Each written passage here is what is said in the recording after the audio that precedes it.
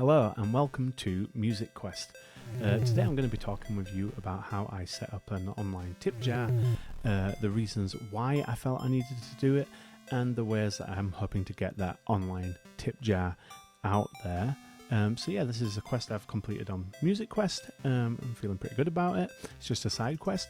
What is a online tip jar? Well, it is kind of what it sounds like. It's a tip jar where people can contribute money to you if they like your creative or other type of work. And it's not a physical jar, it's a digital space where this money can go and then be transferred to your PayPal account or bank account or whatever you set it up to do.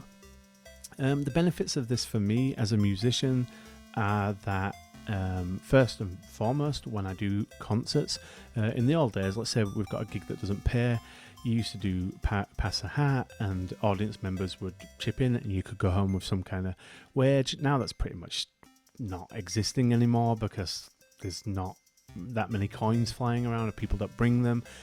And if you did pass the hat, people wouldn't know what you were talking about and wouldn't have any money anyway. So now I think it's a little less romantic, but my idea is I can put it on a flyer, the QR code or the link, and I can say to people, hey, if you enjoyed it, here's a digital pass the hat kind of thing.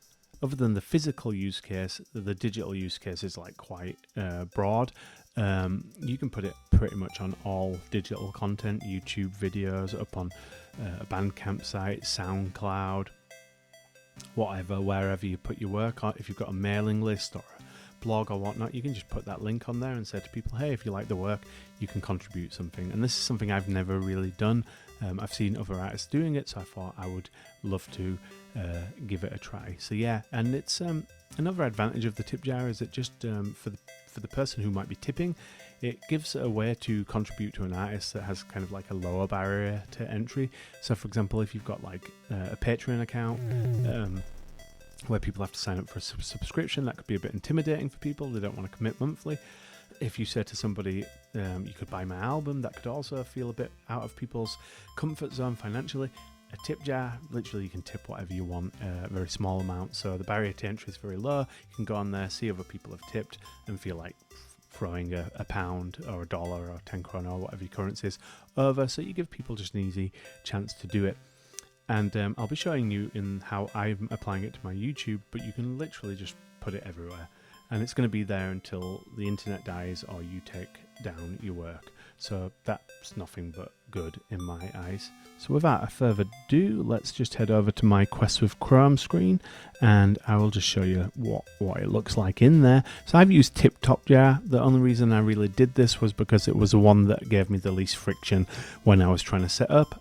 Your money comes in and you send it to PayPal. If we look at my insights, nothing's happened yet, so I can't tell you exactly how all that works, but I've heard the money goes pretty smoothly. So yeah, then you've got a link that you can put in wherever you want, and a QR code, as I said. You could maybe put that on a flyer or whatnot. And down here on the right hand side is where notes from tippers will appear. I don't have any yet, but I've heard that once you get some, it builds trust. It makes people also want to throw something in when they visit the tipping page.